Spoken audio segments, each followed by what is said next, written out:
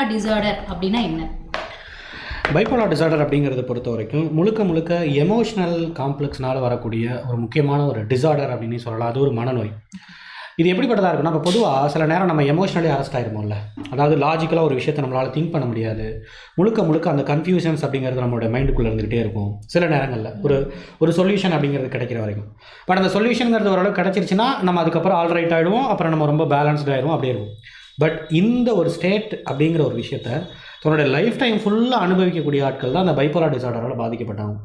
முழுக்க அவங்களுடைய பிஹேவியர் எல்லாமே எப்படி இருக்குன்னா, அந்த எமோஷ்னலி அரெஸ்ட் ஆகி முழுக்க அவங்களால சரியாக யோசிக்க முடியாமல், திங்க் பண்ண முடியாமல். இப்போ நம்ம பல நேரங்களில் திங்க் பண்ணுவோம் இல்லையா, நமக்கு ஒரு கிராட்டிடியூட் இருக்கும்.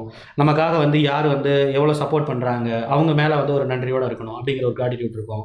சில பேர் பேசக்கூடாது, இவங்க நமக்கு துரோகம் செஞ்சுருக்காங்க அப்படின்னு இந்த மாதிரி ஒரு பவுண்டரி லைனை நம்மளால் செட் பண்ண முடியும். பட் பைபோலார் டிசார்டரில் இருக்கிறவங்களால அந்த பவுண்டரி லைனை அவங்களால செட் பண்ணவே முடியும்.